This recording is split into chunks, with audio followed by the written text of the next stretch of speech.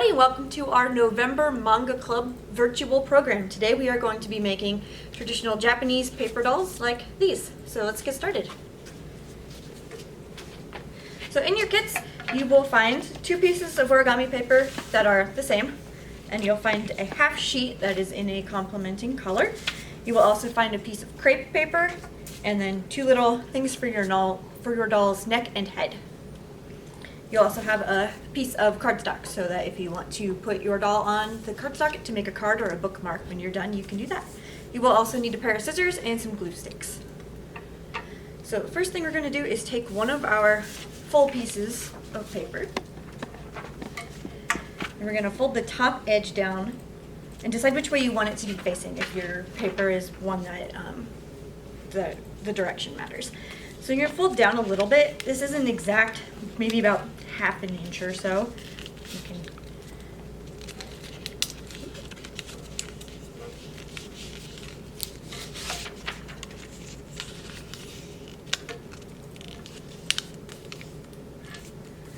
okay, and you're going to flip it over and fold down the top edge again, the same edge that you just folded, about half of the amount that you did before. And this is going to make the collar for our doll's kimono. So it'll look like this with your raw edge on this side. Your raw edge is on that side and then the folded edge here. Okay, then we're going to flip it over so that our side with the raw edge is facing up. So our collar is on the back. And we are going to attach our doll's neck.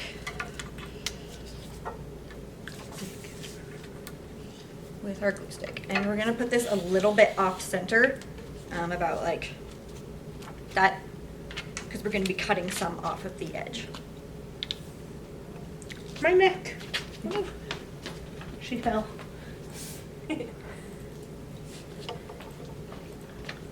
Her neck is so long. Make sure it doesn't fall off that way. Yeah. Again, this isn't exact, about like that or so. Okay. Then we're going to use our scissors to cut off a little bit from the edge over here. Again, this is not an exact science, but an inch or so, a little more. Just a full rectangle? Yep, just all the way down. All the way straight down. Okay. You can set that aside. Okay. I'm actually going to cut a little bit more off. And you can adjust this however you need to. If you start folding it, it doesn't look like, you can cut some more. So we're going to make our first fold. This will be on your left, but it'll be your doll's right side. So you're going to fold that side down. You start just a little bit away from the neck to make her collar. And you can fold this at whatever angle you want. This is going to make her shoulders. And you don't want to crease it all the way down. Oops, sorry, I should have started with that. You crease it about 1/3 of the way down. I'm going to move some of this because this part's a little bit tricky. Can you see it on the? Okay. We're going to take our bottom edge and fold it so that it matches up with the bottom of our paper. And then we'll have this little flap here, and you can just fold that down like that. So, okay. Sorry. So crease it about 1/3-ish of the way down. Oh, okay, so like that. Yep. Okay, got it. Fold it over. So that's our first side. Then we're going to do the same thing on the other side. And you have to make sure that you do this in the right order because this will be the left side. That's how kimonos are crossed. The left side always goes over the right unless they're dressing somebody for their own funeral. So I guess if you want your doll to be a zombie or a ghost, you could do it the other way around. But typically you should do it like this. So we're just going to do the same thing. And if yours overlaps too much, like it crosses over, you can cut off some on this side too. So just so that it's about the same angle of her shoulder. And then, oops. Mine's a little lopsided, but it's okay. And then just fold that a little bit down again, the same way you did before. So now we have her basic body made. Now we're going to make the belt that goes around the kimono. It's called an obi. We're going to use our solid colored piece of paper for that. Oops. And so we're gonna fold this to make it a little sturdier and a little bit less wide. So I'm gonna fold it down, move my body out of the way. Not quite halfway, since there's a little bit left. And you can glue that down if you want to. Make it a little more secure. And then I'm gonna fold this edge up over it. And you can play with that. You can make it as wide or as narrow as you want.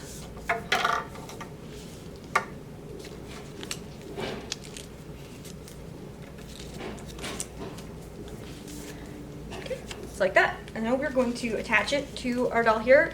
So it's gonna cover up these folds that we made so that it'll look nice. So right at the bottom of where your collar ends, start it there, about halfway. So it's like right in the middle. My doll has really long legs. Yeah. She's just got a shorter torso. About like that. And then just wrap the ends around. And again, if yours is a little bit too long like mine, you can cut a little bit of it off. It's the back, so it doesn't have to look super pretty.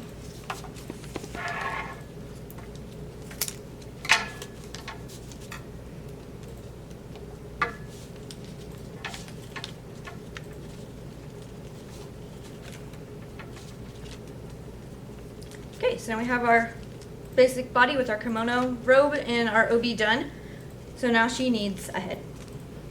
So you're gonna take some of your crepe paper. I'm just gonna cut it because it's gonna bother me. This is stylistic. Don't follow me. I'm gonna cut off just a little rectangle-ish of my crepe paper that's here. This is gonna be her hair. So I'm going to attach it to her head about halfway-ish down her face. You can arrange how you want her hair to look, but I'm gonna put it pretty, it's a little bit more than half, but a little, pretty far down. And then wrap it around and glue it like that also. Crepe paper can be a little bit tricky to glue down because it has these ridges in it, which is a cool effect because it looks like the strands of hair, but it can be a little bit difficult to glue. So if you need to put it under something heavy, you can do that to make it stick. Okay, so now she has this flat top kind of hairstyle going on, and we don't want that. Maybe you do, but to make it look a little different, we can take the crepe paper and twist it, and then fold it down in the back, so it looks like she has little bangs now. And it doesn't matter what the back of it looks like, again, because we're going to be covering that part up. So as long as you like the way it looks on the front, that is good enough. And then we'll glue this down. And again, you can put it under something heavy if you need to make it stick down. Crepe paper is a little bit tricky.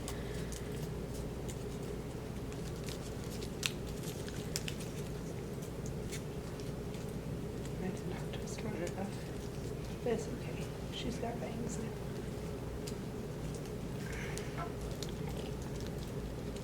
Then we're going to attach it to her neck. So I'm going to go up kind of under the crepe paper to make sure it sticks right.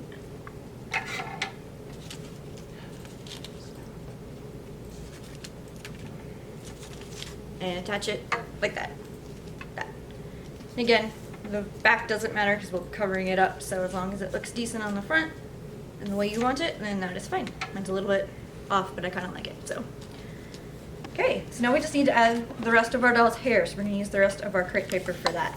And you can, like this, and kind of cut around the edge. Be careful not to cut the part that you just did, but to kind of get the right angle or the roundness of her head. And then you can cut it however long or short you want. If you aren't going to be making yours into a card and sticking it to something else so the back will be visible, you might want to make her hair kind of long, because then it'll cover the back of the obi, and especially when we attach her arms, if you want to have arms on your doll, it'll cover up that part. It'll look a little bit nicer. Do we attach her hair right away? Sorry. Yes. I'm rushing you. Yep, and then you can just go ahead and glue it to the back of her head.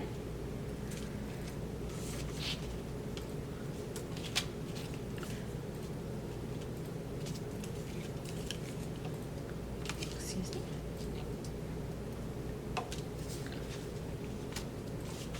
She's so cute.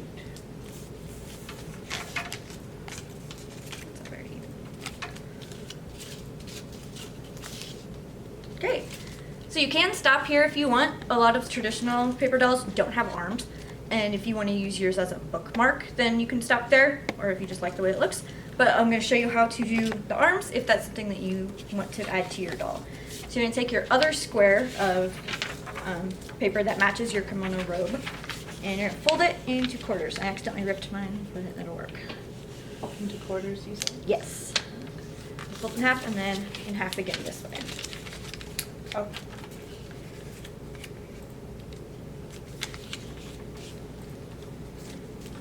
So then you've got, before you cut it, make sure that both of your sides are facing the same way, because I did that on the first one I did for practice, and then one of her sleeves was upside down and it looked funny.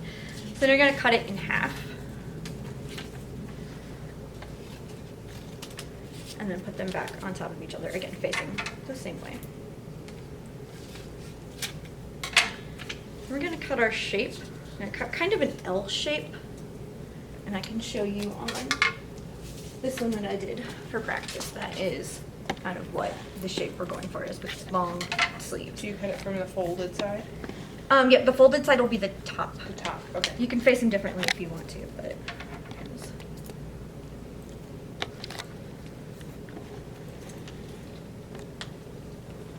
And you can cut both at the same time, or you can cut one to make sure you like it and then cut the other one the same way.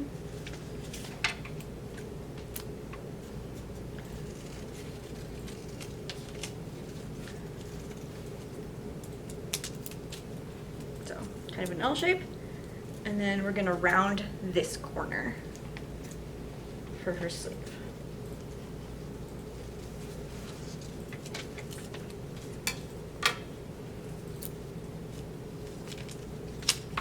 So it will look like that.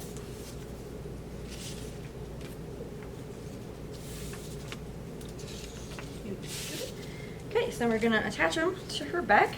And again, if you're not gonna put yours on a card, you can put her arms between the hair and the doll itself. So I'm gonna put mine pretty close to underneath her collar, because it's gonna be where her shoulder goes. And I'm gonna put mine pretty far in, so that her sleeves are pretty close to her body.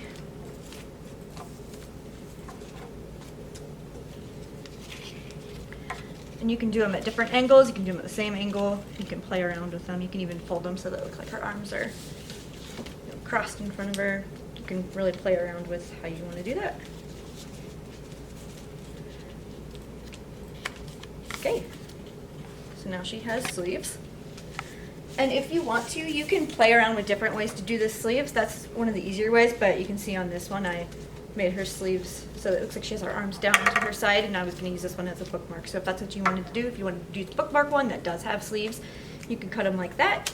You can kind of play around with it and see different styles that you can make. She's holding her hands in front of her. Cute. Okay, so now the last step, if you decide that you want to put yours on card, you can do that. So you've got your card here. It's might be a little bit wide, but you can, oh, this one actually fits pretty well, but you can cut the sleeves down if you want to glue it on there. And if you wanted to make yours into a bookmark, you can put it on there and then cut it to width. And you could even use contact paper to kind of laminate it. If you have clear contact paper, just put it on the front and the back to make it laminated. So yeah, you can do a lot of different things with these. You can use them for decorations, to make cards, just really whatever you want. So if you make one, we would really like to see what you come up with. If you want to put a picture in the comments. And we hope that you sign up for next month, Manga Club. We're going to be making mochi, which is a Japanese candy. So make sure that you register for that at hastingslibrary.us. Thank you for watching.